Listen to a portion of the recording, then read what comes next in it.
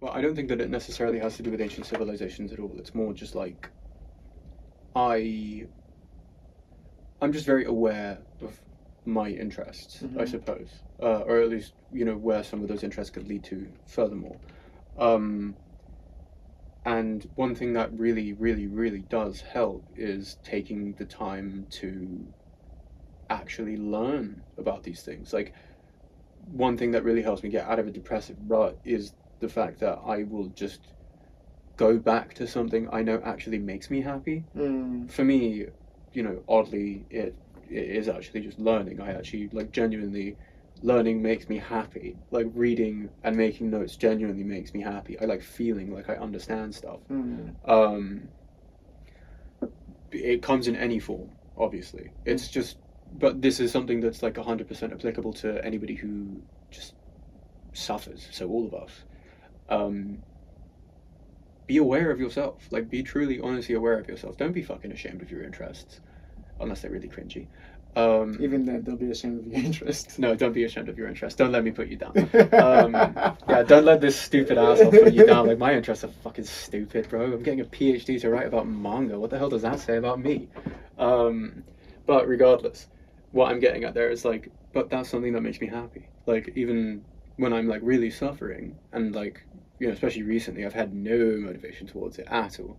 But saying that, like, when I do the tiny steps of just reminding myself of the stuff I like, I then feel more willing to take on the bigger challenges, which is what I actually want, which is my PhD. It's just that when I'm suffering and I can't even It's very hard to see that. Yeah, like, no, I completely agree. it's hard to want to climb the mountain if it feels like every single pebble is going to fucking rupture your legs. Like, but bro, you're on that path, and I think that's from my perspective, the fact that you're able to do that even after everything you've been no, through. exactly. I mean, man, it's like they all say, fucking, one must imagine Sisyphus happy. One must imagine Sisyphus. Exactly.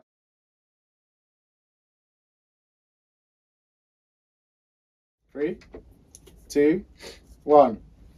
Hello, hello, hello. Hello. Welcome to another episode of the Jeoffrey Sarpong podcast. Of course. Welcome, Kieran. How are you doing? I'm chilling, man. I'm chilling. It's good. Congratulations on the big 5-0. Thank you so much. Thank you very much. So yeah, today is episode 50. I am so happy to be here. It's been quite a journey, to be fair. Now that, and I wanted to do this with you because you were here at the beginning of the journey. It's been like a year and a half to get to 50. Oh yeah, I wasted a whole lot of your time, that's for sure. I've wasted a lot more of your time, I guess. It's not really but we wasted waste time. each other's time anyway. So I was this going, is mate, like, what the hell else am I doing? Exactly. But no, I wanted to do this. I wanted to return back to the kind of like the beginnings of the podcast and the reason why I started it, which is just us talking about basically whatever topics that we just came to our mind, and we just just like letting our mind just running on itself. So I wanted to get here today to talk about many different things. One of it is civilizations. So just to cut right to the chase, I could ask you how you are, but I know that because I've been with you like literally like past week and everything like that. So I'm trying to trim the fat of just like us just going back and forth asking about how we are. I mean, at this point, I think everybody, like, if anybody unfortunately remembers the awful sound of my voice from your regular viewers, like, yes, they kind of know the whole jam here. Yeah, like, exactly. I'm a bit of a one-trick pony. No. You've many. You're like a Swiss Army knife. It's got many different talents that you guys have no clue about. I just talk about a lot of crap. Yeah, one of the things we do talk about whenever we speak is just about lost civilizations. Yes. Yeah. And so you mentioned this before, how you were kind of a big fan of the Mayas and the Incas when you learn a lot about them. So how I've been thinking about that recently too. Just because I think I might have watched the Graham Hancock podcast, and I was like, man, this is like interesting. I went like a little bit of a deep dive on it. Yeah. Just trying to think about how it kind of relates to the knowledge that they had, and how we've lost so much of that, and how kind of our civilization today is just based on the backs of the lack of knowledge that we had of about them. You've kind of had to figure a lot of stuff out about from the beginning. So the question I want to ask, just from the beginning, is that do you think all the knowledge that we had from the Incas and the Mayans, or the Norse knowledge, what role and what effect do you think that's had on us today? And first off, talk a little bit about the Mayas and the Incas from what you remember, some of the stuff that you knew about them, and then let's get into like what the lack of, what kind of the lost knowledge that they kind of they left behind, and how that's affected our society. Well, I mean, our actual perspective as a whole on their cultures has kind of been quite drastically affected by, how they're obviously cutting down a lot of the Amazon, which is a bad thing. But we're discovering a lot of these, like, actually incredibly advanced archaeological structures. To the point where, like, we've discovered cities that could easily have inhabited at least 250,000 people, if not more. We're talking upwards of, like, I think at one point it was hypothesized there could have been about 2 million people just living in the Amazon, which also ironically does directly coincide. That's a lot of people. That is a lot of people. But there is freakishly actually some Western historical evidence to suggest that that was definitely the case, and we treated it like it wasn't real for about 400 years. As in it wasn't real, as in it didn't happen? People didn't believe them, because the original Spanish explorers who went down the Amazon River spoke directly of how they saw, like, genuinely millions of people just in the forest doing their thing. And then obviously we didn't go back for 400 years, and then when we did, it was all gone. So we just immediately treated it as that was bullshit, like El Dorado, which the city of gold. But that makes sense though. Imagine someone saying this for millions of people in the middle of nowhere. Yeah, but it's not the middle of nowhere though. It was somewhere to them, just not to us, because we didn't. It's this whole thing of, like, because we are also Western, we have a Western perception on history and the world, and, like, a lot of these ancient civilizations, even the ones that are kind of still hanging around us, like the Roman architecture, the Greek architecture, all this stuff, we see these things, but we feel a very clear level of disconnect to it. We're so disconnected from the past because at the end of the day, it's very difficult to imagine and relate to the struggles of somebody of that era if you don't actually have evidence of, well, what were you struggling through? Were you always just running away from Bengal tigers and shit, or were you actually hanging out, sitting around thinking, like, damn man, I need a better job? What do you think this civilization was based upon? And this is complete conjecture, we have no idea about anything, but my question I'm asking basically is, what do you think, how we value religion and productivity and all these things, do you think that's a core of human nature? And even these people who are kind of the Mayans or the Incas and the things that they were worshipping, do you think they had the same kind of idea about life and how to live your life as we do? Well, I know that I can't remember the specific civilization that did this. It might have been all of them, to be fair. Ritual sacrifice was a big one. Of animals? Of people. To gods? Yep, to the gods. So, like, they'd, they've, like, in the cities that we've uncovered, they have these, like, really grand, like, complicated, what look like little temples atop these, like, small pyramid things. You can see them if you just look like Machu Picchu. So atop these, like, things, there are altars where, like, there was literally a pot where human hearts would go in after you cut them out. It was like a whole thing. They'd lift it up and be like, oh, like, God, give us, like, water and plants and stuff like that. How out there do you think that idea is? Obviously, we know that's barbaric. It's not out there at all, mate. What do you mean? Like, okay, hang on a minute. I understand what you're saying, and I get, obviously, there is a very large conceptual difference here. So just suspend your disbelief a little bit. So disbelief suspended. Cutting out somebody's heart and offering it up to a god versus taking bread and wine and, the Eucharist, and the man himself, the boy JC, directly goes, all right, cool, this is my body, this is my blood. Have some of that shit. Do this in remembrance of me. Yeah, but same concept, because these people, it was an honor to be sacrificed in their societies. It was a genuine honor. I'm not going to debate whether or not they were afraid to die. Yes. Probably. But I think they viewed death differently. But they probably did view the value of life and death differently as well. That's also a concept that we might never have a concept of. Because, whatever they wrote down as well, by nature of the fact that it was in a very humid climate that was also in the jungle. So there's a lot of, continuously, like, churning biomass. Even if they did leave written records of stuff, if they carved it into wood, well, that rotted away. We don't have it anymore. The conditions had to be quite special, actually, for a lot of civilizations to have remained at all throughout the 5, 6, 7,000 years since then that we are now. Like, even like ancient Mesopotamia, which was the very beginning of society as a concept, even that, is, we're talking about like 12,000 years old. There is a lot of evidence to suggest that even in China, civilization could have started as early as 18,000 years ago, which is basically unfathomable in terms of time. Like, for context, 18,000 years ago, mammoths were still knocking about, like across quite a lot of Europe. So that's a very long time. That's a very long time. Like, mammoths, See, I'm fascinated by these concepts. How crazy is that? It's crazy. Like, It's wow. insane. I'm fascinated by these kind of history or these knowledge that we find as a result of the diggings up and the kind of like anthropology that we do, because it always strikes me as like we're looking into a different world. We're always talking about alternate universes, but like human beings in a different environment at a different time is an alternate universe. Essentially, it's just like the conditions and the things they know, and even like the knowledge they build and the things that they build upon the things they know, that sets them apart so much, because like you look at the Mayans or the Incas, right, for example, and you see the civilizations that they build and you compare it to what we know about what we do today. It's so different that it's almost not even human. As in, like, you were just talking about the human sacrifices and stuff they make, right? Maybe you could right now, in a civilization somewhere, in the jungle, somewhere very, very far away from normal society, but you couldn't really see them and say that they have the same kind of view on life as we do. And that always struck me as interesting, because it was like, would we be the same if we were in their shoes? And it's like, okay, maybe.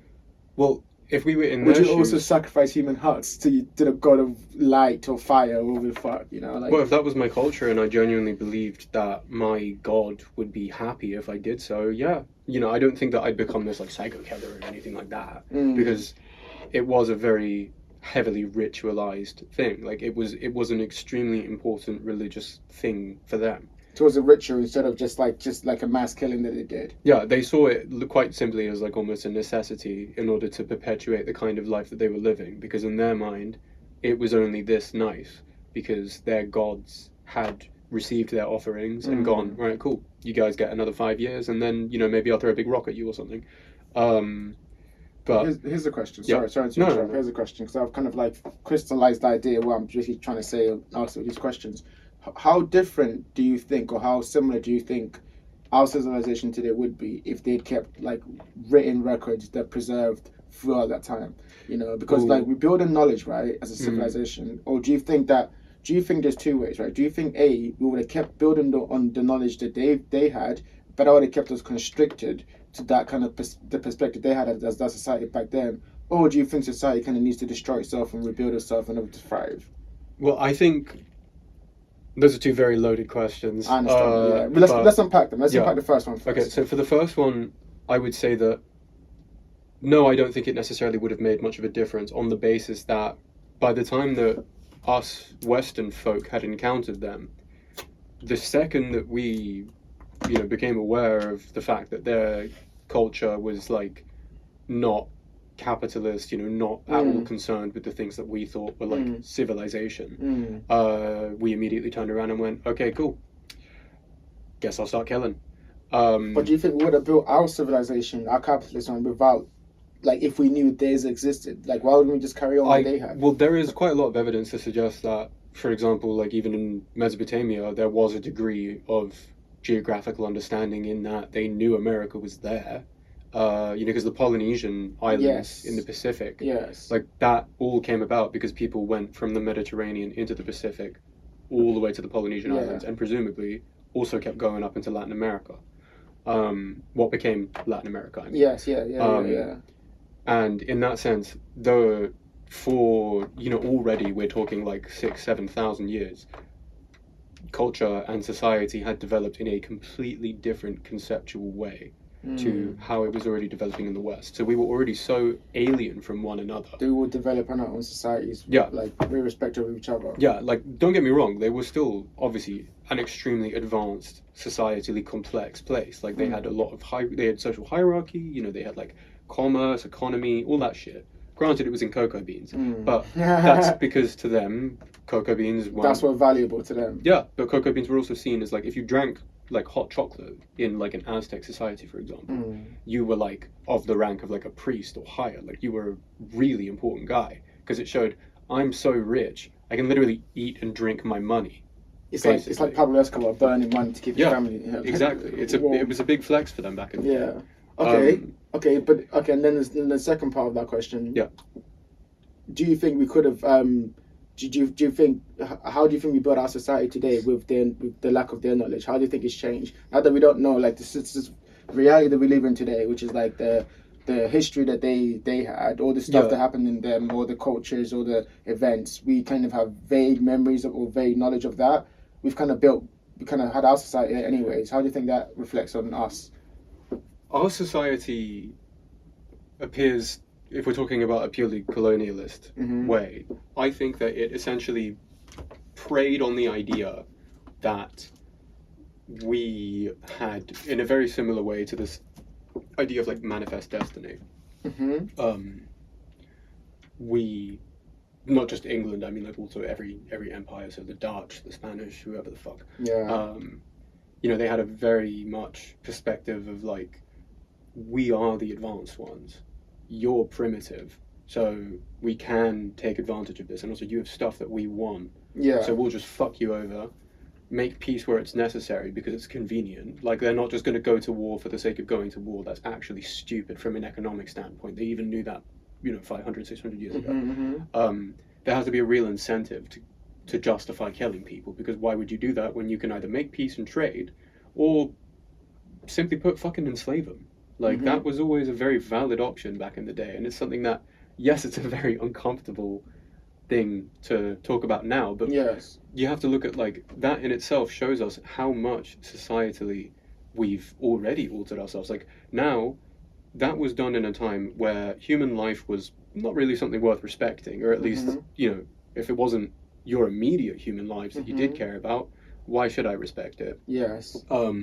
Especially if they have stuff that I want and that I could sell, which, again, was a big incentive. I feel like that's always been the case, though. That's still the case now. No, of course. I mean, like, well, the oldest trade in the world outside of sex is slaves. Slavery, Like, even if we're talking about, like, again, Mesopotamia, these, like, the countries that became, like, Turkey, Iran, Iraq, all these places. This was, like, the high seas of the Mediterranean, and, like, where Mesopotamia really took off. Even there, slavery was abound. There was a very clear social hierarchy system which suggested a degree of fluidity as well. So the idea that you could go from being like bottom of the barrel, and like they placed it, actually get this, society that's like 8,000 years old, and the thing that they prioritized above everything else, it seems, other than trade, slaves, sex, all that, bro, knowledge, scholarly activities. Like Mesopotamia, so if you don't know, Mesopotamia basically, this is like a collection of several countries, because it was quite a large empire for its time. What we also became aware of in the 1900s, when these things called the cuneiform tablets were discovered. So cuneiform is a language. It's, I don't know if it's a spoken language, but it specifically is definitely a written language. And that stems from actually two different. So in ancient Mesopotamia, the poor people wrote stuff down and spoke two languages. One of them was a language called Sumerian, and the other one was Akkadian. So I believe Sumerian is the one that actually has absolutely no relatives to current languages. So that is a true dead language that we know of. I mean, there were obviously translations in cuneiform from Sumerian to Akkadian, and from Akkadian to Sumerian, but we've yet to sort of crack that code, I think. But even then, I might be talking about old information, I don't know. All of that is to say that what we found on these stone tablets from 8,000 years ago was, not this, like, crazy history or anything like that. It was actually a fucking story. So we found genuinely probably the oldest story ever conceived, which turns out to actually be the Epic of Gilgamesh. Go figure, innit? Or you mean another perspective of Epic of Gilgamesh? No, I mean literally the Epic of Gilgamesh is from the cuneiform tablets. What is the Epic of Gilgamesh? So the Epic of Gilgamesh is basically this story of like a king, or a man who becomes king. And what it shows us very clearly, which is what I find so fascinating about it, is like even the first part of the story itself, it's literally called like the story of fear of death. It directly goes into this man and his psychological state, and how he struggles so desperately with his fear of death, and how he wants to be this like courageous, powerful, trustworthy man, but he's afraid to die when it counts, and that really weighs on him throughout the story, which also like is a weirdly nuanced and very fascinating way to explore. So like again, this is from clay tablets that are like this big, and that you write on one side and you write on the other side. All of this is from like could be much more than 8,000 years. It was just the ones that we have are written down between 8,000 and 13,000 years old.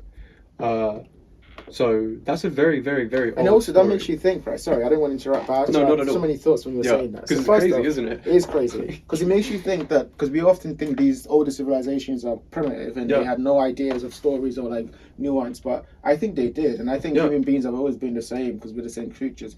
Yes, we might develop on types of knowledge. So the fact that we've had our knowledge kind of digitized and we've written it down has definitely helped us, because it feels like when you're born as a new kid, you have all these backlog of knowledge which you can learn easily, and you can you have so much advantage to what maybe they had to kind of relearn everything again themselves. But it also gives you the perspective like that it's fascinating that why they put that story down, or even maybe that story wasn't even that important. It was just a story, part of thousands of other stories that they kept, and this is just the one story that we've been able to keep. So I always find it interesting when we look at these societies, right? Because it's like we're basing what we know of them based on what we can find. The knowledge that we've been able to find based on our perspective of how smart we are is what we look at back at them and go, this is what they thought was important. But I never think that's the case, right? And this is another question that I had, right? I've been thinking about like, why do you think, because all these civilizations, they must have grown and become massive, and you talk about Mesopotamia and how big that was, but then they lead to collapse. And it got me thinking about how progress in these civilizations often leads to collapse. And do you think that's a feature or a bug? Do you think every civilization that continues to progress will reach a point where it has to collapse because it becomes too complex? The systems kind of degrade on themselves? Or do you think every civilization, since the dawn of time, has done something wrong for it to collapse? Would you land on that? I think a few things. Go on. Actually. Let's expand that. So, well, first of all, I would say that society doesn't collapse just because it loses a toe. It's because it lost a toe and then actively did not deal with the wound. So it became infected, and then the whole leg rots away. And now it can no longer stand. Which is why society collapses in on itself. It's because it might be one specific instance that we can look back in history and be like, that was that moment. We have a few of them already. Or, as is more normally the case, it's several things at once. Like, society is a very complicated living organism, but it's a living organism that exists entirely as ideas in everybody's heads. So how do you keep something like that alive and healthy is a very difficult problem to solve, and I'm really fucking glad I did not do a career in politics, because no thank you. But regardless, it's like, we still have to. I want to talk about how we still have to interact with society. But also, personally, I think actually decay is a natural state of existence, and to pretend that it doesn't come for you is the dumbest thing ever. It's the same as pretending you're not going to die because you haven't died yet. How does it manifest on a societal level, though? And how do we... Because let me answer my own question first before I ask the next question. Which essentially, what I think happens to every society is that it overstays its welcome, essentially. Because every society has a purpose, and that purpose, whatever the beginnings or the people that start the society, because we got to think about it. If you break it to the base form, we're just mammals that just end up grouping together and believing in this thing that doesn't exist. And it doesn't exist, but we all act like it. We dress and we do all these things to kind of fit into that society. But over time, what tends to happen is that the things that are important in society don't matter as much because we lose sight of that. The people that cared about it aren't there anymore to kind of enhance it. Do you agree with that? I do and I don't. Go on. Because I do think, like, no matter what, if the incentive is there, or seemingly even if it isn't, for, like, genuinely, the reasons why people decide, no, I want to be this person, I want to be a leader, I want to do this, I don't get it. But also, people don't get it when I tell them, oh yeah, I've had a very one-track mind since I was like 7 years old, because that in itself is a very confusing thing for other people. Like, it's just, the hows and the whys of people is always going to be, I think, an eternal mystery. But at the same time, you know, I do still think definitely, like, all societies eventually trend towards this aspect of decay, whether it's because of, you know, lack of concern, which I don't necessarily think is the case. I think it's also because it's genuinely a necessity. Like, if you actually look at history and the way that we've trended, especially in the last 400 years, let's say, because that's at least a somewhat quantifiable amount of time, many civilizations have collapsed. Empires have collapsed. Entire empires have ended in the last 2 centuries. Yes. And saying that, new ones might begin in the next. But all of this is to say that if our current society collapses, that does not mean the end.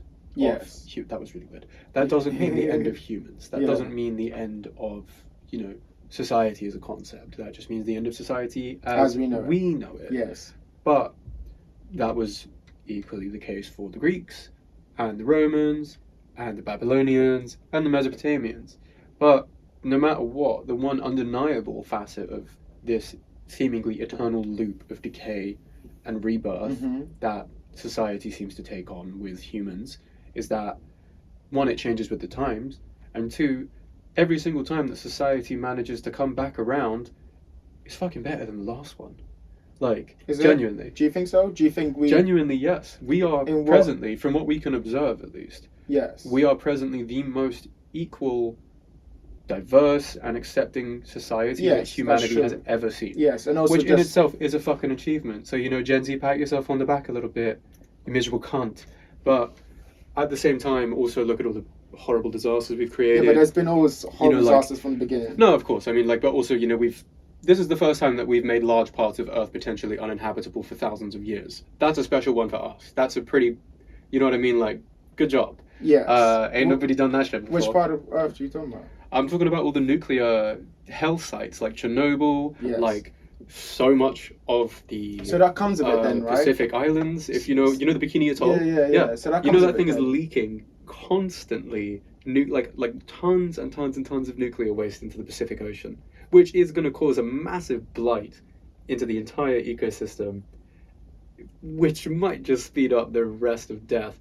But also at the same time, maybe not. I also don't think, again, I think these things... also, there's enough ocean water out there to dilute the and I think these things are kind of like, we always tend to like make everything a catastrophe. I don't think of course, but the problem is with radiation specifically is that actually that is genuinely and like that is a true catastrophe. But human beings can't figure that out. We figured out what. We have figured it out for at least in some ways. Yes. But it's knowing that we can fix it and choosing not to anyway. That I think is what will drag our society down. I also don't more than anything. I think I don't subscribe to the perspective that human beings are inherently evil for the world. We're not inherently anything. Like, we're inherently a hunter-gatherer species that benefits from being in community because our large brains have evolved specifically for the purposes of social interaction and understanding the environment around us. Yes. Like, truthfully, human beings are not a bad existence. Exactly. I don't like people who make out like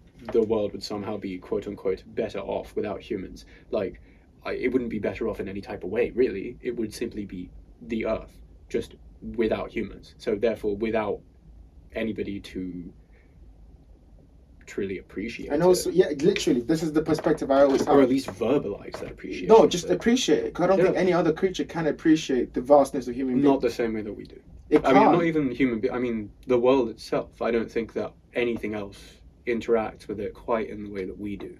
But where people would, immediately turn around and be like, "Oh, that's a very human-centric view." People love throwing that shit around, like human-centric. Which is the dumbest thing ever, because what was I going to approach this perspective from? Fucking dog-centric. I ain't a dog, sadly. I wish I was, but I'm stuck as a bipedal fuckhead, so whatever.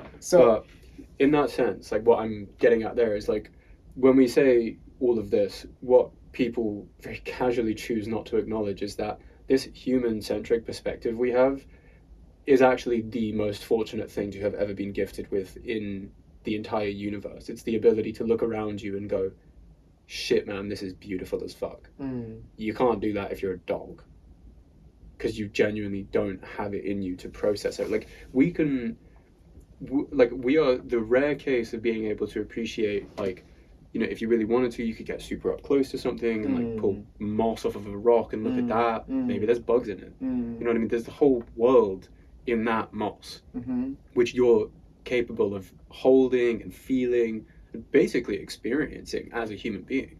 And then if you turn around away from the rock, like the rock covered in moss, you might see this giant landscape and the wide open sky, like in colours that many other animals quite literally cannot see it. Yeah, I understand, like, the vastness of the universe, all these things. Here's a question then. Just the profound nature of existence itself. Like, we're aware of our existence, and our immediate response is, man, this sucks, I wish I could die. Like, but that's not all of us, of course, but it is also a very pervasive perspective that a lot of people have now. Agree. I mean, this is tying into something that we're probably going to end up talking about later. Yeah. But a question I had on the topic of civilizations and collapses and stuff like that is that how do we avoid that? Because you're talking about all these things, right? And the fact that human beings can acknowledge the beauty in the world is such a gift, and I really want to keep that alive. Yeah. But I thought there's not enough conversations about how human beings can how we can keep this thing going a little bit longer. So do you think it's a result of entropy that our society always degrades, or do you think, for example, like what Elon Musk is saying, that if we expand our reach and scope over the universe, then maybe we can keep the civilization going a little bit longer? And do you think that even is a net positive to keep our civilization going on longer and longer and longer, to try to build this out into the wider scope of the universe? Yeah. What do you think about that? What do you think about, is it possible to keep our civilization going? And do you agree with that perspective? Okay. No to actually everything. No. Let's talk about it, because I disagree, but let's talk about it. So, why do you think no? Look, to me, right? One, the way that our civilization is right now, we are not a civilization seemingly at all concerned with the idea of the long term. And to colonize an entire other planet requires quite a lot of forward thinking. Something which Elon Musk is not really known for, actually, I'd like to also stress. You know, because he's a blithering fucking moron half the time. Let's not get into political. It's not even about. I mean, him as a person, I actually think he's just a bit stupid with his money, genuinely, because he's one of the smartest people on the planet. That's not well. Like literally, technically, he is. Intelligence is relative, but also. Not when you're making space rockets. You can't be that intelligent if your cars also burst into flames constantly. But I digress. My whole point with that is that actually, like, what Elon Musk also probably would want on Mars, for example, is a fucking ethno-state. Again, let's move away from we're disregarding Elon Musk no, himself. What I mean is actually, like, let's say, I'm talking about from a civilization perspective, right? Mm-hmm. If we took over Mars, one, I don't think that we would ever get that far, because it wouldn't be us colonizing Mars for humanity. It would be one country colonizes this entire planet for them. Because the only way that we would have this, you know, shall we say second Earth or whatever the fuck on Mars or somewhere else, is genuinely if we were willing to set aside our differences as a global society, recognize that actually, okay, I'm not British, you're not Ghanaian, we're just humans, you know, we're Earthicans, whatever the fuck we want to call ourselves, right? At that point, at that stage, right, where we've all got this unified perspective of what we ought to do as a species. So it's no longer a question of civilization, we're talking now species-wide concepts. I think that's when we could start moving into space and things like that. It is not going to happen anytime you and I are alive. We might go there and maybe plant some potatoes, that'd be cool, but that doesn't mean that you've colonized Mars. Okay. That means you've got a farm on a red rock. Here's my perspective on that. I think that's a that's a valid perspective, especially looking at the incentives of human beings and how we tend to do things for our own gain. But I also think that when it comes to achieving aspirational things that take us very, very far in terms of like being proud of being a species or something like that, right? I think, for example, us going to other planets, something that we've always dreamed about, something that will be an actual, like, humanity is expanding, is actually evolving. I think that's something that we can actually look forward to, and I think that's is possible, because I think it's just intricate. It's just the things that we start. All it takes is time. We have the intelligence and we have the ability to solve it. Whether it's Elon Musk or someone that comes after him, maybe he lays the blueprint for someone to come after him. There are going to be good points and bad points, right? Just like how building societies had its good points and its bad points. It saved billions of people, but it also cost billions of people their lives. Same thing will be for colonizing Mars, right? We don't know what we can do there, but I think the possibilities is what we should look forward to, and I think I do agree with you there. I'm not saying that I think that it's an impossibility at all. Like, that's not. But I'm saying I think that's the next stage of our civilization. That's like, as a civilization where we are right now, if we don't aim for that, if we don't aim forward, then what we do is stagnate and decay, which is what we've talked about. All these purest civilizations, that's how they decay, because they just get stuck in their own ways. I don't think it's just a case of stagnation, though, is the thing. I think it's also largely, as well, a case of people biting off more than they can chew. And in that sense, there is no such thing. No, there is. There is, in the sense of, like, not as in you should never do this, because that quite simply just, we don't think like that, do we? We made nuclear war. So, you know, the idea of maybe we shouldn't has kind of gone out the window. But I'm not saying that's a bad thing either. I think that it's important to raise the question of, can I do this? Not necessarily to immediately go ahead and do it, because that might cause a whole mess of crap think in about itself. It and see if it's possible. Yeah, like, definitely, I think the ethics side of should we should definitely be on the table, but we should always ask first, can we? Again, with the whole Mars thing, for example, like, the reason why I say I don't think that's a possibility right now is because genuinely, no society is perfect, right? Nowhere on Earth is perfect. And in that sense, quite a lot of things would have to kind of start happening first for people to feel like, okay, my life on Earth is really good. Like, even if I'm super poor or whatever, I'm well looked after. So then, you know, when we have gone to Mars several times and set stuff up, because it's not like, you know, it's not like some crazy sci-fi movie where we're just going to rock up with like a little button, push it, and then boom, there's a city. That's just not going to happen. It's going to be a slave class of people working hundreds of years to try. That's what I'm saying. You need a real incentive for people to go there as well, like, to believe in this idea of this is our human destiny. Because, like, think about it right now, right? The widespread disillusionment with seemingly everything.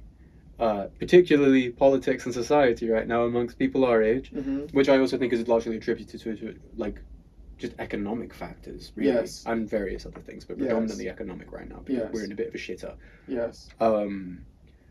Just globally, we're all a bit fucked. But, you know, we'll bounce back. I mean, whatever it happens, you know, this whole economy thing moves on its own cycle. You know, once all of that has been dealt with and stuff, then I think people's faith in society might return a bit, and that might give people the wider incentive to be like, okay, we should do this then. We should all try and work together to go take over Mars or whatever the fuck. But we won't get there, again, without the incentive for the common populace to find that a worthwhile thing.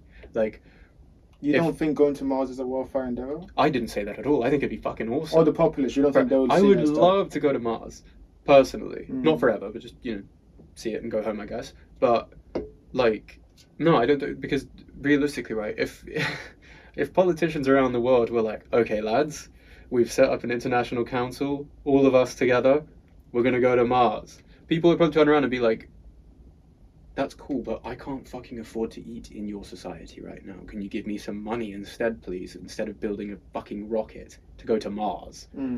Which is a very fair thing to say.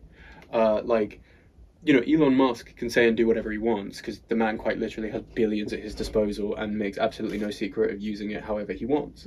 But it's all fine and good for that guy to be like, oh yeah, I think, like, you know, Mars is our true destiny. Blah. Like, yeah, I'm sure you do, Elon. But you genuinely, quite literally, live on another planet compared to 99% of the population of Earth, as in because he is the 1%. Not, and I'm not saying like, oh, fuck people with money. I'm not saying that. If you have your money, good for you. Especially right now, you kind of need it. But like he doesn't. He tries to act like he gets to speak for everybody, without at all trying to take into account that if you want people to be excited about, you know, your fancy flying Tesla cars and stuff, right?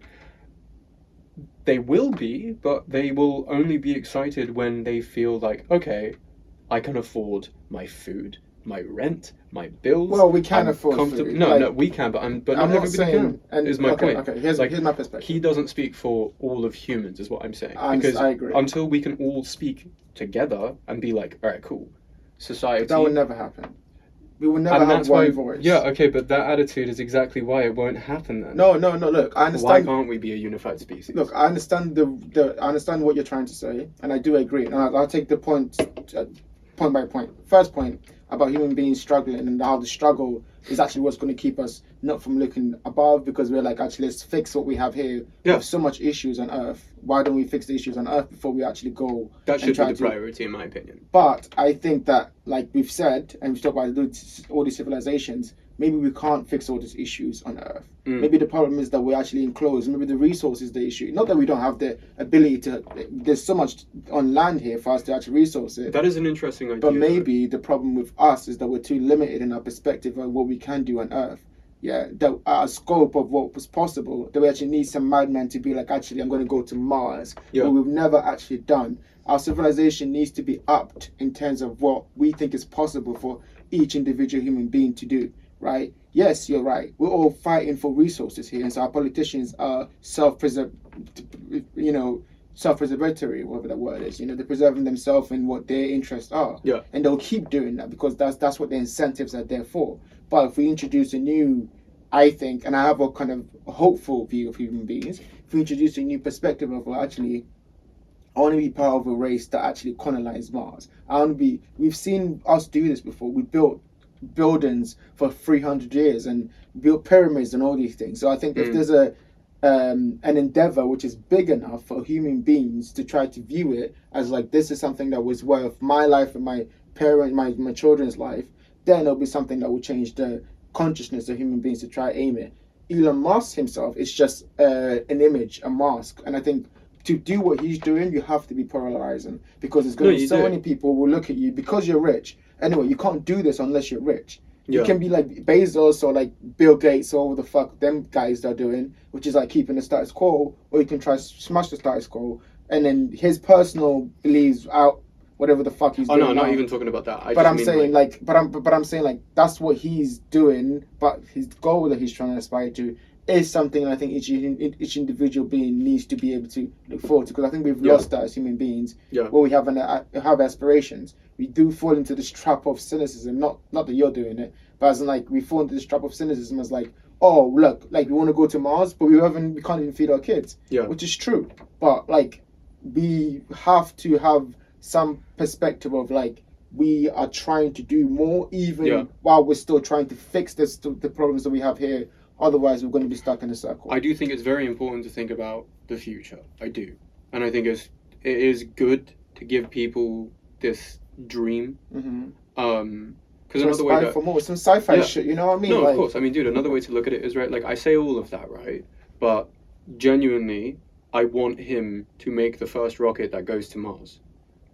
That would be a very big deal. Not because of, like, oh, whatever this, whatever that. Genuinely just because, like, we can say whatever the fuck we want, you know, colonize this, colonize that, like visit this planet. But until that crazy motherfucker actually does send a rocket up there with people in it, which, by the way, he would be the first guy to ever do that. The first person to ever send human beings to another genuine planet. That would be kind of crazy, isn't it? That is, it's a far bigger step than the moon, that's to say the least. And it's by not one guy, but it's with one guy's money. That's pretty fucking impressive. I can't lie. Like, look, man, I respect it to that. Like, the concept, I respect a lot. I think that's what I was trying to say. Yeah. But it's a nice idea. It's a very nice idea. But I feel like we've got a little bit sidetracked now because. Well, also, if we're trying to colonize Mars, mate, we're jumping the gun by about 1,000 years anyway. It's going to take a very long time to get that shit set up. And I think one of the ways we get to that stage is that in currents we have to figure out communications. And it got me thinking. I've been thinking a lot recently about language. Yeah. And how our language, how we develop language first off at the beginning, because you think about all these civilizations and the words they use, right? Like how did they even think of it, and the sounds and the phonics and all these things, and like how we've kind of developed in today's age. Yeah. And the role language plays in knowledge, right? Because I think wherever future we have, language and knowledge are linked, right? The language just of the past and how they wrote down and how we can interpret it or can't interpret it has led to the knowledge which we can decipher. Just like I was talking about before, right? But the question I wanted to ask you is that, for example, when we think about places like the Library of Alexandria and all the information that was burnt down, right, and how we've kind of now built our civilizations on the back of the lack of the knowledge that we have. Yeah. How do you think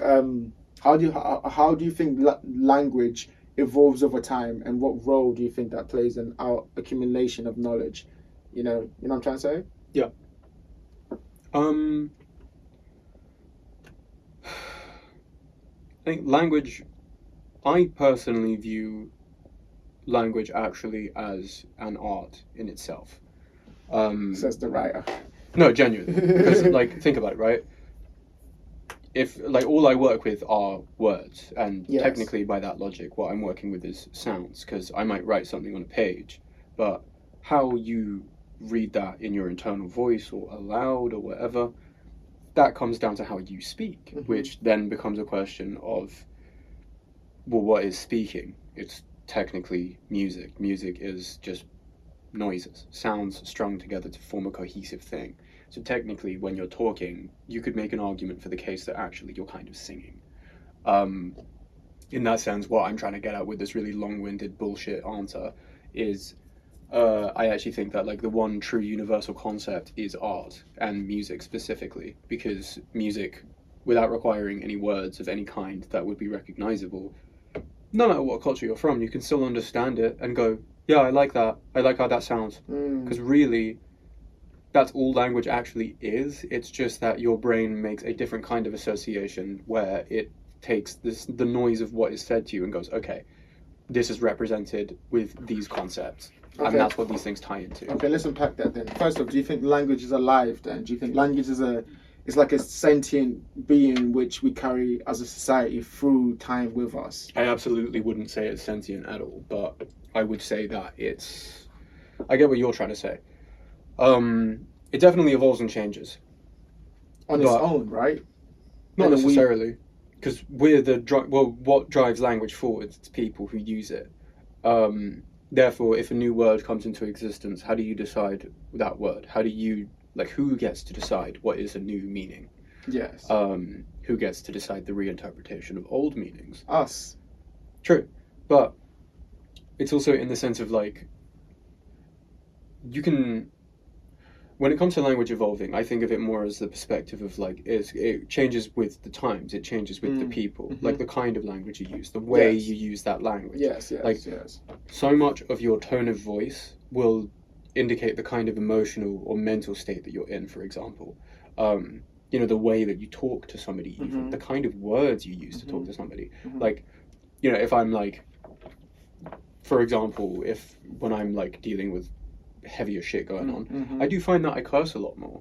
And I think that that's almost because it's like my mind is like, this is harder, therefore I'm going to use harder language in response because it makes me feel more like I'm able to adapt better to the kind of environment I've created internally. Maybe. Or maybe I'm talking shit, I don't know.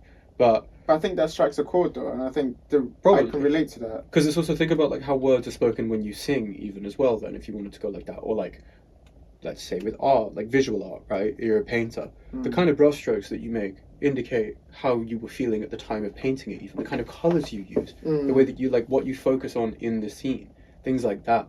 Like, all of these things are essentially capturing moments in time with words, but equally, those words are in themselves moments in time because they form a time capsule of how did people communicate with each other back then? But equally, it also indicates to you the universality of language and, by extension, the universality of music, because we have music from 400 years ago or more, and it still rings just as true today as it did ever, even if times have changed. Because music, art, typically, if it's not a period piece, usually it does speak to this almost timeless aspect of language. So okay, I want to get to that in a second. About I think that's what makes humans timeless. Okay, I want to get to that in a second, but I also want to think about, because I've often thought about language. So I know we watched this movie together, which was called The Waking Life. And and in that movie, there's a point where this character is talking about sounds and language, and how and she thinks in the beginning, when we kind of, primitive beings, we would make sounds in order to recognize dangers, because that's how you communicate with another species. You go like saber-tooth tiger, and we had a word for that. But over time, as these languages, we kind of evolved as a species, it became abstract. And so we had a word for love, but like something like love is an abstract word where your relation to love is different from my relation to love. And so like I might say the word love, but what I think is love is different from what you think is love. And so when you talk about music and you talk about how these things are universal, and even though we don't understand what they're trying to say, we can get the meaning from it. It's fascinating because there is definitely a line where even if we understand the song, I think they're attaching an emotion to the word. And even if you don't understand the language of what that is trying to exactly say, you can understand the emotion, because again, we're trying to like send that energy wave to you about, okay, this is what I'm trying to say. Do you understand? Do you comprehend? And I think in a world today that we're living in, right, to bring it to this world, we've become so abstract of so many of our emotions because there's so much of internal wars going on that we're almost kind of losing that kind of. I think that's more estrangement from the self more than anything, though. Because, like, for example, even with, let's say, you meet somebody and you literally do not speak the same language, and you cannot at all fathom how you are going to communicate something to them. But weirdly, if you actually try and hear what they're sort of trying to say to you, you can almost understand it anyway. Like, if you don't understand the language you're saying? Yeah, genuinely, yeah. Like, if you really try, like, for example, say if somebody was talking Arabic to me, right? Genuinely not a fucking clue what they would say to me. At all. But based on sort of like, I mean, obviously it requires a lot of context. Like, say if I was in a restaurant, I can kind of make a jump assumption. Or like if I'm in a shop and I need something, you can do like little hand signs and stuff. I mean, a lot of language. You can fill in the gaps. Yeah, exactly. Like you can fill in the gaps with actions or just with like other just noises even, and they'll kind of be like, I think I kind of get what you're trying to say, almost. There is like a large degree of universality to everything. It's just a question of whether or not we're actually trying to hear each other. Do you think that's where the idea of like the Tower of Babel comes from, where like different people from different cultures could understand each other, or they could understand each other, and then something happens, and then boom, now we're like kind of separated. And I think, do you think it's more of like, it's like a comment on human self and how our lack of understanding about ourselves means even when we try to understand each other from other cultures, we're lacking that ability to connect because we now don't have a conversion higher power, which we all kind of like believe in. And so we're all kind of separated into our own cultures and kind of become crumbling down. I think that's a fascinating idea, and I think I do too. I often thought about it like that. I think but when it comes to the Tower of Babel, I've always thought that was like an interesting one personally. Just because it's so weird. Such a weird idea. Such a weird parable too. Yeah, like that. But then also at the same time, I think like I don't know what really it was trying to get comment on specifically. I mean, or at least I can't come up with anything off the top of my head. But what I do think it might have been trying to indicate, maybe, because to me, the way that I choose to interpret that idea is like, it sort of follows on from that thing that I was talking about earlier, where I think that actually like the universal language is actually music. So in that sense, what it could have been is that, have you ever heard of this thing called the Akashic Records? I have not. Okay. I've seen the anime.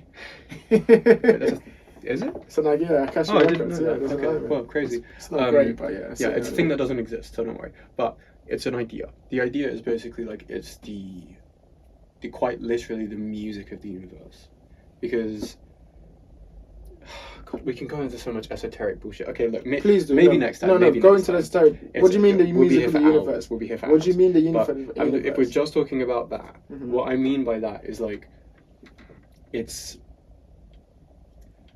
everything moves in waves, right? Yes. And it appears almost that everything kind of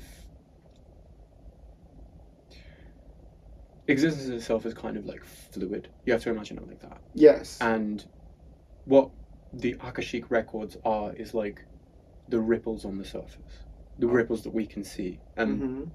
if you're going down that sort of analogy here, Mm-hmm. it's the sound of the universe, the true sound of the universe. As in, of what? Like, what is it? Picking up? It's literally the sound of existence. Like, you know that, okay, take The material universe. but you're talking immaterial, no, as in, I'm talking about like just the everything universe, material, non-material, whatever you want to call it. Take for example, when you have those moments where you're just like, whoa, I'm like one with the universe or whatever. Mhm. That's the Akashic records. That's you're tuning in to the frequency of the universe. Therefore, you feel completely at the mercy of the currents of the universe. So you're not in resistance, and therefore you can hear it. Can I play devil's advocate? Dude, I don't. It's up to you whether or not you fucking believe it. No, I do believe it. I'm saying, can I play devil's advocate? As Yeah, in, go for like, it. But like, what I'm getting at is that like with the Tower of Babel story, right? What if that universal language we all spoke was actually just our connection to the Akashic records? You know, our connection, our frequency was the same as the entire universe, and we were thrown into disarray, which brought about new sounds, new languages, new music. It's fascinating too because you think about it. I mean, the context of where the Tower of Babel comes from is a religious text, right? Yeah. So it's talking about. I think it's talking about Christ, It and it's talking most about definitely God. is. Like, I'm making an enormous leap here. Yeah, Like, no, this you're is not. like- No, you're not. Because there is definitely a link between if we all believe in a spirit of something higher than us that we can understand, we can all Yeah. tap into. That's basically like actually It's the what same you're concept talking as about. religion. Yeah, It's you just can make like the case for separated it. now. That's giving form to a name and, Yeah. and such. And I think that's interesting too. Alternatively, however, there is also the, well, you know the story of Noah's Ark? I do. Yes. Yeah, did you know that actually was not a Bible exclusive? That was part of something very, very much older than the Bible. A lot of the stories in the Bible are very much older than the Bible. So Yeah, but I yes. mean specifically the story of Noah, almost one for one, was actually taken from fucking the Epic of Gilgamesh, Mhm. which came That out. small tablet. Well, no, I mean there's a bunch of them. There's 24 tablets. Oh, okay. Yeah. Oh, yeah. Right. Well, see, that's actually something new that we discovered. Well, we kind of had the idea that like there were more tablets already because there was just so much of it missing. Mm-hmm. We're still missing a lot of it, by the way. So even the book that I have about the Epic of Gilgamesh is not the complete works of Gilgamesh. Mm-hmm. Someday maybe, but What is it saying about a Noah story? it's literally the Noah story. Literally, one for one, the Noah story. Same concept. God comes to him, is like, "Yo, I'm gonna gonna flood this this space. Yeah. yeah. So get 2 of every animal, get all your friends, build a big boat, and chill, and then see what happens." And sure enough, Gilgamesh is like, "Alright, cool," or whatever the fuck happens, and then he does, and the story plays out one for one exactly the same. What do you think this tells us about human beings and about ourselves? Well, it speaks to the cyclical nature of it, doesn't it? You Because keep you talking think- about that concept of entropy. Do you Yeah. know what entropy actually is? Like where it's the Yeah. spiral concept, yeah, right? Yeah. That idea of the spiral has been present and is quite literally present in everything. Everything has spiral. It's all spirals. You know, there's a really, really, really good story that actually explains this perfectly. You might have heard of it actually. Well, maybe not. It's not that popular. Mm-hmm. So this tiny little story called JoJo's Bizarre Adventure. Mm-hmm. It's like the whole thing, like actually in JoJo's, Mm-hmm. it's actually almost making a case for like the origins of everything, which and it's told across all 9 parts, which is what makes it so fucking brilliant. Like, bro, I could talk for hours about this. I know, but I don't want to get sidetracked. No, of course. This is what I'm getting at there is like the spirals concept. The spirals concept in JoJo, you can literally see how it's evolved and been present since the very beginning. Harmon, spirals, ripples. Then it transforms and it becomes something else. And then it continuously just becomes something else. Mm-hmm. And it's just this continuous spiral of like, you know, things getting renewed, like old concepts recurring back around. It's literally the concept of entropy. I think it's very fascinating. What do you think that says about? Because I'm thinking now about like how we take that understanding into like that information that we receive, how we take it into knowledge and how we apply it to ourselves, right? Because I think that like you're right, it is a spiral, and I think human beings go through the spiral within our lives too. Like the whole universe is in a spiral. Also, it's really hot in here. I know. The universe is a spiral. Yeah. Our civilization. You're wearing a fucking hoodie. That's why. I am. Yeah. Your universe is a spiral. Our civilizations are in a spiral, and also even us internally, we're always going through a spiral, and we're always having to try and remember ourselves. Yeah. I think this is something I wanted to talk about too, about the idea that we always have to kind of have this kind of like cyclical nature of experiences. Yeah. And so, like, do you know about the idea of the remembering self and experiencing self? How so the idea basically goes like the experiencing self is the self that goes through all the experiences that you go through. So the texture of the experiences that you go through when you're in it. Like right now, we're having a podcast episode and you're here. You can remember, if I told you what happened 2 seconds ago, you remember. But if after this, we went home and did whatever, and then 2 weeks later, I asked you to record this moment, that's your remembering self now looking back at this moment with that perspective of whatever's happened within that 2 weeks, however it ended, or however you think of it. And, you know, we've talked about this before, about how your mood and your experiences that you're going through can dictate this. Oh, yeah. And so it's like those two ideas, you know, the information that we receive over the time period that we go through will affect how we remember the experiences. So the question I have for you the mood you're in at any given moment, not to cut you off, but just like the mood you're in at genuinely any moment at all could drastically affect the way that your mind chooses to remember something as well, which I also find is really weird. Like, my brain will actively warp events in my mind if I'm feeling a certain type of way. And then when I kind of chill out a bit and stop acting like an angry child, my brain is like, no, this is what actually happened. I just decided to tell you this so that you were more angry about it in the moment. You dumb bitch. So here's a question. Here's the question I had, basically. What do you think is more real? Having that idea in your head then, is it our experiences or our memories? Do you think our experiences are more real to us and are more helpful to us in terms of our progression on knowledge of self, or do you think it's our memories? Well, our memories justify our present predicaments, it seems. We use those predominantly to do that, in my opinion. I say that. What do you mean by that before you carry on? Sorry. I say that as in, like, okay, look at it this way, right? I actually am not 100% sure. For example, when I explicitly decided, oh, I want to, like, get my PhD, all this, I know it was when I was very young. I'm fairly certain it was when I was about 7 or 8. Saying that, though, that also could just be my brain conflating a lot of various childhood memories into one specific focal point. Because I have a few of those specifically for what I want to do as an example. But equally, you could turn that on the flip side and take negative experiences, for example, right? Why do I feel this type of way about XYZ? Well, maybe you have a very specific set of memories that happened surrounding XYZ, and that has now caused your mind to create this narrative to propel that perspective forwards, because it's also a defense mechanism. Like, the past, as in your immediate personal direct past, right, only actually exists in your memories unless you took down a direct account of everything that happened, which you wouldn't have anyway. Also, you can't. Yeah. And also you can't, because you can't view your own life objectively. It's quite literally impossible. Of course you're going to play your own devil's advocate at the end of the day, because you're the one trapped in your meat sack. So the only thing that's real for us is our memories, our experiences of the moment.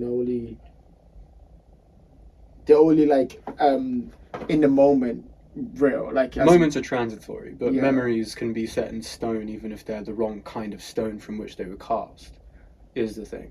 So you can never get a true representation of the experience that you had. There is no true representation of the past, though. Even history is told to us by the winners and those who were able to preserve it, which, you know, the further you go back, the less reliable that narration becomes. So with even if you got it from like 1,000 people, that's 1,000 people who might have been Roman during the Roman Empire. Of course they're going to be like, yeah, man, this place fucking rocks. So with that in mind, how do we take knowledge and build upon it? Like, how do we have knowledge of self? With a pinch of salt. Basically, that's all I can say. Build on that. I think I agree with that, but build on that. What do you mean by that? Well, I mean, look, like, we're all about like, oh, individual thinking, Mhm. like, you know, let's self-investigate type shit, right? Like, Find yourself and yeah, yeah. like what I mean by all of that is basically, right, take all of your information that you're given with a pinch of salt. Not too much, like don't be too skeptical, because then you just won't fucking believe anything, and that's equally incredibly unhealthy. But from a flip side perspective, you know, you also can look at it as like, okay, this person or this book is telling me this about whatever. Like, some things objectively have to be correct, like science, but science is correct based on replicable data. So if I can repeat a test a million times and get more or less the same results, or the exact same results as what it said I should, that's just hardline truth. Like that is just until knowledge. it's proven like, wrong. Well, no, because there are some natural forces that we literally have no control over, regardless of the situation. Like, for example, when I say science experiments, I mean like chemistry experiments, things like that. Stuff like, you know, putting a rock in acid. It's always going to react that way, unless there are very specific circumstances for which it would not do so, which we've continuously tested for, in some cases, thousands of years. Outside of that, though, if we're just talking about the surprisingly less objective reality, which is history and human experience, yeah, it's complicated. It is very complicated. And I don't think that there is an easy solution, because truthfully, history is told by those who lived through it, but it's also told by those who survived history, which might have a very serious implication for the way that they perceive the past.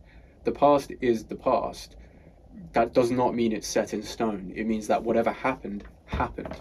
How you choose to remember and interpret what happened is entirely up to you. I completely agree. And I think, but it's hard to do so without all the facts, which is I think with a people, problem that a lot of people I have. think we get too stuck on having all the facts. I think sometimes because there's a perspective that we can always have the right perspective. You know, like if we just think about something long enough, I get What to is a the place right where perspective, though? I hate that. I know, but this is my point. My point is, right, it's like we get so stuck in our intellectual knowledge of stuff that we forget that we're just a mammal just trying to make sense of the universe around us, right? Yeah. I think, especially now, which is what my next question is going to be based on, especially now in a society which is kind of ever more complex, right? Yeah. We feel disconnected because we're so linked to all these digital things in order to try to give us some understanding of ourselves. And maybe if I could have enough information, I could find like peace, which is not true. But the question I have for you, right, which I want to talk about today, is that with our understanding of the transient nature of the universe and ourselves, the fact that we have a lack of information, which isn't true, the entropy of our civilizations, of knowledge, of all these things, how do we fix the problem of the lack of meaning that we have today? The kind of how we all feel disconnected, right, with each other. You mentioned the Tower of Babel. You mentioned the idea of the fact that we had that kind of symbiotic relationship with ourselves, with our understanding of each other, but we've kind of lost it. How do we rediscover that? Why do you feel so disconnected today, and how do we recover that? Big question. Well, okay. To open on, I think this is going to sound much more cynical than I intend it to be, but I will walk it back. Look, we currently live in the most entitled generation in fucking history. Let's just be honest, right? Everybody's an entitled cunt. Not explicitly, but like... That's one way to put it. There are quite a lot of things where... Look, okay, to phrase it a different way, right? Yeah, I think people are super entitled in our generation, I'll admit it. But also, flip side of that, people are selfish as fuck. I hate... Both of those two things combined have created this, like, you know, dramatic vanity affair that the human race has developed for itself now, where we prioritize, like you were just talking about with screens, right? We prioritize this fictitious hellscape which we've created for ourselves in social media, you know, where nothing is really real and everything is lies and backstabbing and like fuck. It's like Hamlet, basically. It's just like psychotic. It's like Hamlet, but a worldwide psychosis on the internet, where everybody's trying to backstab each other. Everybody's trying to like claim moral high ground and be like, no, but I'm so very absolutistic. It's not everyone, but a lot of people. That's important though, right? Because that gives perspective on the whole not thing. everyone, as in usually those people, it's because they've gotten away from that fucking hellhole, you know? Yes. Like, I mean, dude, I'm like a Luddite. I don't have anything. But I still very much know that I made that I chose my exit at the right time, which was 4 years ago. And what I mean to say by all of this is that this level of entitlement that we seem to have comes in the form of we treat each other as very transactionary. It's very optional now to deal with each other. So when you do deal with somebody, it's usually from the perspective not usually, but it can be from the question and perspective of, yeah, but what can you offer me? What kind of clout do you get me? You know what I mean? Like, would I be ashamed if somebody knew I was dating you because you have less followers than me? Not like that, obviously, but some people are genuinely like that. But, you know, also it manifests in other ways. Money is an example of that. Like, if somebody is like, has to ask themselves, would I be ashamed to be seen with this person, like if I was dating them or just hanging out because they're from a different social class, from a different wealth class, whatever. People aren't really like that. I was going to say, most people aren't most people aren't so let's like that, attack the issue which actually exists. I feel like most people are disconnected. But what I'm saying is that all of this, because even that perspective that I just gave you, right, which I don't fully believe in, that in itself is actually also a perspective that you're kind of being sold now. Like, what people can't seem to help talking about is how much everybody doesn't want to talk to each other, which, if you believe it, makes people start to genuinely assume nobody wants to deal with each other. But is that true though? So then they stop dealing with each other. But is that true though? Because it can be for sure. Yeah. So, like, for example, when you're told something is this way so much and so often, to the point, because think about using social media, right? Loneliness is like the main topic of the fucking day, it seems, for our generation. It's like, Gen Z and loneliness, but like, and they talk about the reasons why, and they say, oh, it's social media, oh, it's this, oh, it's that, oh, it's whatever. But how much of that is also just sensationalism of this concept at the same time? Because everything gets sensationalized today, right? Like, is it that people actually don't want to talk to each other anymore, or is it that we're told we don't want to talk to each other anymore so much that we actually stop talking to each other? Do you see what I'm saying? I do see what you're saying. I'm not saying that is the main reason at all, because it's not, but I definitely think it plays part. I think the other flip side of that also is genuinely, yeah, we are also really fucking lonely. We are also not disincentivized to talk to each other, but certainly there's less of a desire to do so. But also, bro, we live in one of the most populated cities on earth. Like, that this is a general rule of thumb when it comes to cities, is that people just keep to themselves. I don't know why it is. It's something that has been historically acknowledged continuously in most major cities across the world, by the way. This isn't just like a London specific thing. If you're in Barcelona, it's the same thing. People might still not want to talk to you at all. I mean, culturally, obviously, they might be a bit more talkative. Yeah. But you never know. Here's what I think, right? And you mentioned a good point about the fact that society is kind of sold on this idea that we're all disconnected. And I think the way to do that predominantly is the phones and all these things. Because in person, we don't change. It's the illusion of social interaction that phones give us. I agree with you there. And I think that's what we're kind of getting because I was going to challenge that perspective, because I said I look around and the life I live is not like that. Yeah. I do try to connect to people, and I think people try to make a point to connect to me. But that's because I'm outside trying to meet people who are already in that bubble of like they want to go out and connect to people. You're also an initiator, though. Okay. That's something that I feel like can't be understated enough. Yes. Because I am, well, I mean, I can be. It kind of depends on whether or not I can be asked. But like, typically, like, I don't really initiate when it comes to like social contact and stuff. But that's because I try to do it for a higher perspective, because I just genuinely want to know about people. And so I think that if we stop focusing on the disconnect that we have, as in like the things that we don't, because I think that's what social media kind of highlights, how different you are from other people. Even if you follow people that like you, they got more money or whatever, these superficial things. Well, do you know what I think actually social media massively contributes towards as well, right? I think that people have become so obsessed with this idea of like clout or like respect or whatever you want to call it, right? Sure. But what I mean by all of that is that like people were so obsessed with this idea of like, no, you must take me seriously. Like, look at my serious life with my thousands of dollars and my fancy cars. But it's like, mate, you got all of this money from doing silly little dances on a Chinese app. Yes. Like, it's good for you, but at the same time, acknowledge you're a fucking fool. Because Well, if you can't... I wouldn't say they're What I mean by that is, like, not that they're a fucking idiot or anything and that they should be mocked, but, bro, laugh at yourself. Like, yeah, you made it. Why are you so angry about it?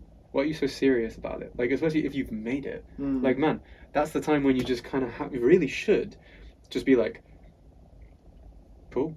Like, cool. Like, what am I worried about? Genuinely, what am I worried about anymore then? I've already made it. Like... Okay, here's a question. Why should I take all this shit so seriously? Like, it doesn't have to be life and death. Here's a question then, right? Because what I wanted to talk about too with that question is about the mental health crisis that we have, the lack of meaning that we have. You're right, some people will find meaning in TikTok dances and say that's their life now, and they'll take it way too seriously. But there are people out there, a large group of people, who have no idea what to do with their life. Yeah. For just whilst going with the disconnected question, right? And they're just stuck in this kind of malaise, kind of like, abyss where they don't really know what they should do, right? And I think based on everything we've talked about today, with the lack of a true understanding of our past and our civilizations, lack of what we even know about this, like what in the future we were doing, lack of even knowledge of self, because our memories and experiences are clouded by our own judgment. How do they take all of that, put into a coherent story for themselves where they can actually make a difference in their life? Any actionable steps that you found in your life that gave you self-knowledge that you can hold on to, that helped you kind of find some meaning in your life? Yeah, okay. I can go first if you... No, it's cool. I have an idea of this. Alright. I, first of all, think that based on the way that I talk and, I guess, articulate myself, people might make the misassumption that I have a much clearer understanding of things than I do. What I mean to say by all of that is that you don't have to jump headfirst into anything at all. You don't have to bury your head in anything. I have quite literally spent my life doing that, and I am only now learning not to always have to jump in the deep end. Sometimes I can just put my fucking feet in and that's enough. And what I mean by that is, like, just like what you said with knowledge or like with information, whatever, I don't have to have this hyper complicated, very well informed perspective on like fucking Mesopotamian cuneiform tablets, right? I don't need to know all my dates, I don't need to check all my facts, I don't need to whatever. If I choose to, it might actually be because I have a genuine life interest in cuneiform tablets. Maybe. Don't get me wrong, I'd love to buy one, but I don't think I legally can. I really hope so though. But regardless, like, all it is, right, is what I'm trying to get at there is take baby steps. Take tiny little steps. Just genuinely ask yourself, like, okay, what am I actually interested in? You don't have to come up with that answer fucking immediately either, because your brain probably is going to go, fuck, now I don't know, you put me under pressure. Like, just let it be. Whatever jumps out to you in your life, in whatever you're doing, like, say you're on fucking TikTok, right? And you're just scrolling through, doom scrolling, like every Thursday, whatever. And then you come across something that's like about, I don't know, this is the different ways you can cook bacon. And you're like, shit, man, cooking is cool. I'm interested in that. Go watch some more cooking videos, bro. Go buy some fucking bacon and cook some bacon. Why not? Like, it doesn't have to be this, like, grand sweeping life change. Like, somebody I know, they feel as if, like, when they smoke, they think it's just not helping them at all, right? Only making things worse, etc.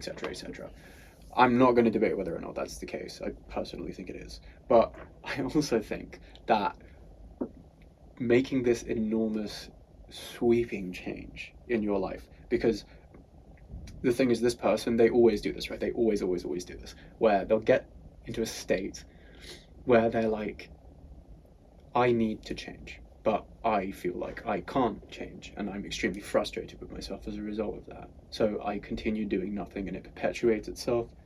So I need to make a drastic change right now, this minute. And his immediate response is always, I gotta quit smoking, man.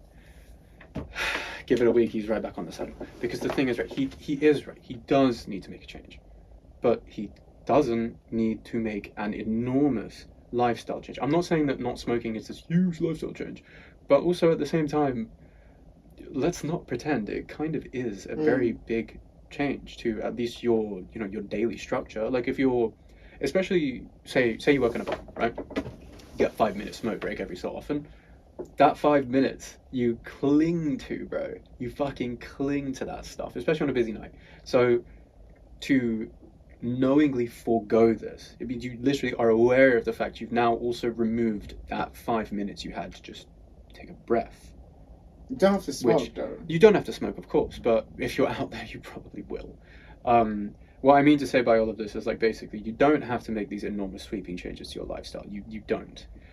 You should make changes, but you should always make small changes. Take small bites. Like, bro, it's the whole rest of your life, if you envision it as one big meal, right? It has every fucking flavor, every dish you could imagine is up for grabs. You do not need to fill up your whole stomach the second you get the opportunity to. You can take small bites of different dishes and see which ones you like and return to for a little bit more. And at some point you might realize, shit, man, this is my favorite fucking food. I guess I'll just keep eating that for my whole life. I completely agree. I think what's important too is, like, the idea that you can take things in bits will help you embody this knowledge. Yeah. Because sometimes we have such sweeping generalizations, but we can never really achieve them because it takes too much effort to put all this. We intellectualize it. I think that's what the person you're mentioning is kind of doing, where they're intellectualizing their problem, and instead of having an embodied knowledge where they always end up overthinking the steps. Exactly, and then it becomes a thing where you just kind of, you're in a loop because you don't actually understand the one step that you can take. You understand the grand scheme thing you're trying to get to, but the one first step, it's like going up a mountain. You're looking at the peak, but it's actually the first stone that's going to trip you up because you're not actually looking where you're going. Literally, exactly. Like, bro, it's good to have, like, pie in the sky. Like, I mean, man, look at me. I have a lot of pies in the sky that I want to reach for. But, bro, the biggest favor I wish I could have done for myself from a very young age, genuinely, and this is a change I still struggle to make, is just slow the fuck down and learn to take each day as it comes.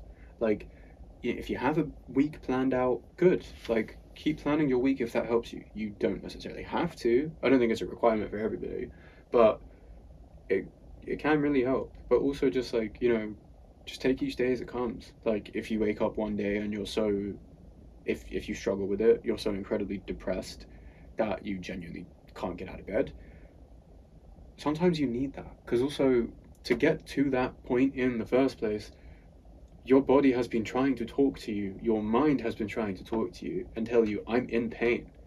You are just either incapable of understanding the language it was talking, until it went, all right, cool, do you know what, I've had enough of not being listened to, we're not getting up today.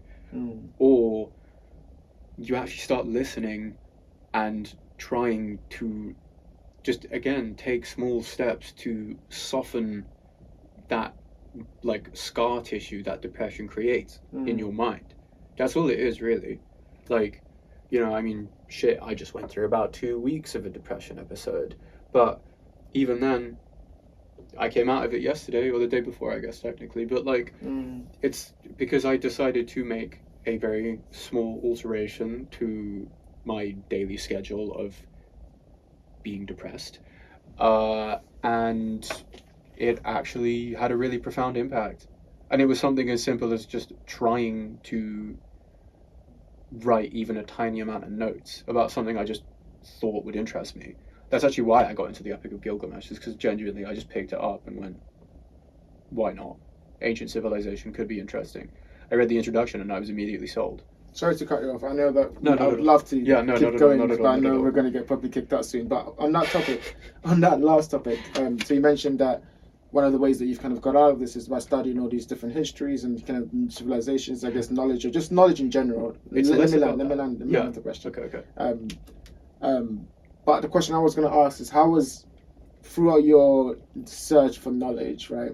It doesn't have to be a lost civilization, but what's something that you've learned about human beings or about society, about something that you've kind of like taken and it's helped you kind of have a perspective on your life today? You know, what's something you learned about the past and about how we were back then, or how human beings conducted themselves, or even just the fact that that knowledge exists has changed the way you view people today, and maybe giving you hope about civilizations or society or even people in general? I mean, I would say personally that I think, well, I don't think that it necessarily has to do with ancient civilizations at all. It's more just like, I'm just very aware of my interests, I suppose, or at least, you know, where some of those interests could lead to furthermore. And one thing that really, really, really does help is taking the time to actually learn about these things. Like, one thing that really helps me get out of a depressive rut is the fact that I will just go back to something I know actually makes me happy. For me, you know, oddly, it is actually just learning. I actually, like, genuinely, learning makes me happy. Like, reading and making notes genuinely makes me happy. I like feeling like I understand stuff. It comes in any form, obviously. It's just, but this is something that's like 100% applicable to anybody who just suffers. So all of us.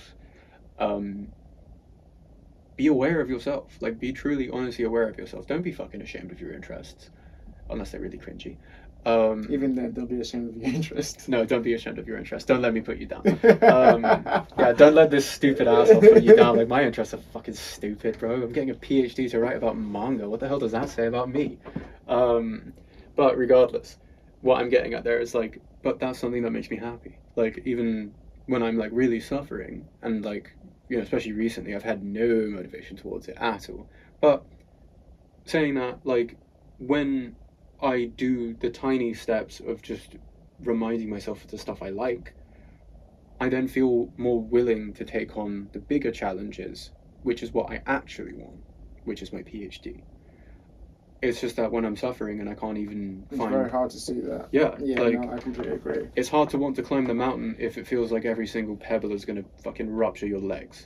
Like, but bro, you're on that path, and I think that's from my perspective, the fact that you're able to do that even after everything you've been through. Exactly. I mean, man, it's like they will say, fucking, one must imagine Sisyphus happy. One must imagine Sisyphus Exactly. happy. Okay, on that note, I think one must imagine we have to go. Yeah. But yeah, thank you so much for doing this. Yeah, of course, man. Thanks for having me for episode 50. Of course, man. As my fucking great shaman, Master Uguay, once said, tomorrow is a mystery. Yesterday is history. But today is a gift. And my time has come. Thank you so much. And to end it, as I always try to end it on these things, I give the guest an opportunity to ask me a question, because I've been peppering you with questions. Okay. It doesn't have to be related on the topic we spoke about today. It could be anything. But is there anything that has come into mind recently that you've wanted to ask me before we end this podcast? What was the first dish you learned to make from your home country? Oh, that's an easy one. So there's a dish called fufu. That was pretty easy. I mean, I didn't know to make the whole dish, because it comes to how it is that you have this like doughy thingy. Yeah. If I think maybe I've seen it's like yellow whitish doughish. Oh, that's the yellow. Oh, yeah. And then you got the soup that you put on it. The soup I never knew. It took me long to make. Because soup is actually super long to make in Ghana. Yeah, it's like a 9-hour. Yeah, it's like you have to make the meats and all this stuff there. But the actual dough part is just like, it's like pounding. You just pound the yam. So I made that, and it was like, I used to have it when I was a kid, man. I remember like, so I used to do this thing where I would go home, and then I would go to my aunties to look after my nephews and nieces. So when I'd go home, the only thing I would make, my mom would make soup for me. She'd be like, make the yam yourself.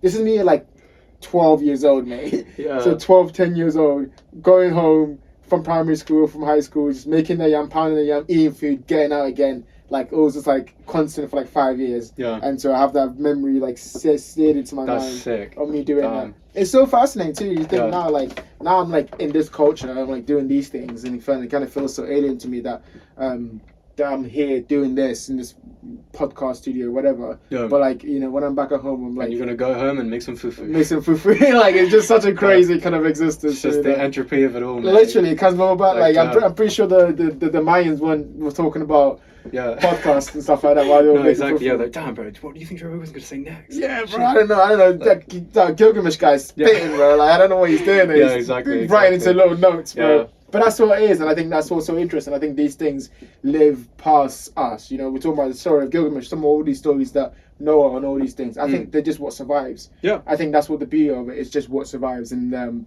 hopefully this survives in the future too. And someone will be looking at this 100 years from now. Somebody 100 years from now is going to be watching it on like an old projector. Yeah, it'll be like a projector. He'll be like putting it in cuneiform into one of the tablets. Like it'll be in Jeoffrey Mars. Sarpong episode 50. It'll literally be in Mars somewhere, bro. Like thousands of years from now, he'll just be like just trying to transcribe this for. That would actually be so fucking sick. And after we've talked about, anyway, thank you so much for doing this, brother. You're the best, man. Of course, thank you for You're the having best. Yeah, thank you for watching. It's been a lovely episode as always. Thank you for wasting another probably 2 hours listening to us talk about shit. They love doing that, and I think they'll continue to do that. But yeah, it's been an amazing episode. Episode 50. Let's go to 100. Hell bro. yeah. 100. Yeah, 100 is the next one. Yeah, 100 and then Jeff gets cancelled. Even before 100, probably. Hell yeah. Wait, if I get cancelled, you're right along with me, so I don't know what you're talking about. Well, I don't know what you mean. Yo, he started this whole thing with me. He's the reason I started this. If anyone wants to cancel me, cancel him, because he's an enabler. He's an enabler. But anyway, thank you so much for doing this. Okay. Let's get out of here. All right, Thank yeah. you. Until next now time. we have to. You've just fucking incriminated us both. Until Jesus. next time, peace. Bye.